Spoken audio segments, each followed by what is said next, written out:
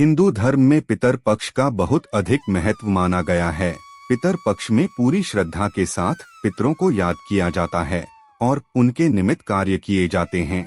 मान्यता है कि विधि पूर्वक पितरों का श्राद्ध करने से उनकी आत्मा को शांति मिलती है।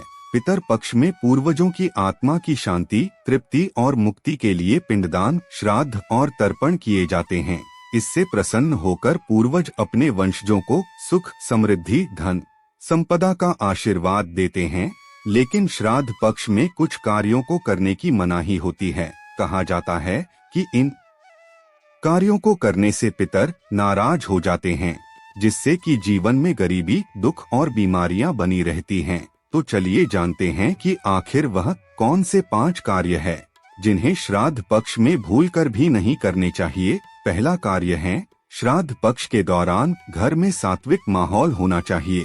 इस दौरान घर में मांसाहारी भोजन नहीं बनाना चाहिए। हो सके तो इन दिनों लहसुन और प्याज का सेवन करने से भी बचना चाहिए। दूसरा कार्य, श्राद्ध पक्ष में श्राद्ध कर्म करने वाले व्यक्ति को पूरे श्राद्ध पक्ष के दौरान बाल और नाखून नहीं कटवाने चाहिए। साथ ही इन दिनों में ब्रह्मचर्य का पालन भी अवश्य करना चाहिए, क्योंकि मान्यता है कि श्राद्ध पक्ष के दौरान हमारे पितरजन हमारे घर के आसपास ही रहते हैं। तीसरा कार्य है, माना जाता है कि पितर पक्ष के दौरान पूर्वज कौवे या पक्षी के रूप में धरती पर आते हैं, इसलिए उन्हें सताना नहीं चाहिए। ऐसा करने से पूर्वज नाराज हो जाते हैं, जिससे कि जीवन में गरीबी और कई तरह की परेशानियों का आगमन होता है। बल्कि पितर पक्ष में तो पशु पक्षियों की सेवा करनी चाहिए, उन्हें दाना पानी देना चाहिए। ऐसा करने से आपके पितरों की तृप्ति के साथ साथ आपको पुण्य फल की प्राप्ति भी होती है। चौथा कार्य, पितर पक्ष के दौरान सिर्फ मांसाहारी ही नहीं बल्कि कुछ शाकाहारी चीजों को खाना भी वर्जित माना गया है। श्राद्ध पक्ष के दिनों में लौकी, खीरा, चना, जीरा और सरसों का साग खाने की मनाही होती है।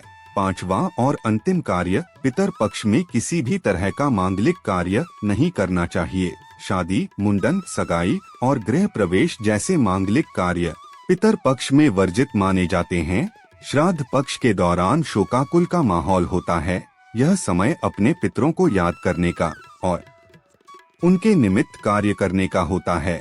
अगर आप ऐसे में कोई भी शुभ कार्य करते हैं तो इससे आपके पितर आपसे रुष्ट हो जाते हैं, जिससे कि जीवन में कई तरह की परेशानियों के साथ साथ दुख, गरीबी और असफलता का आगमन होने लगता है।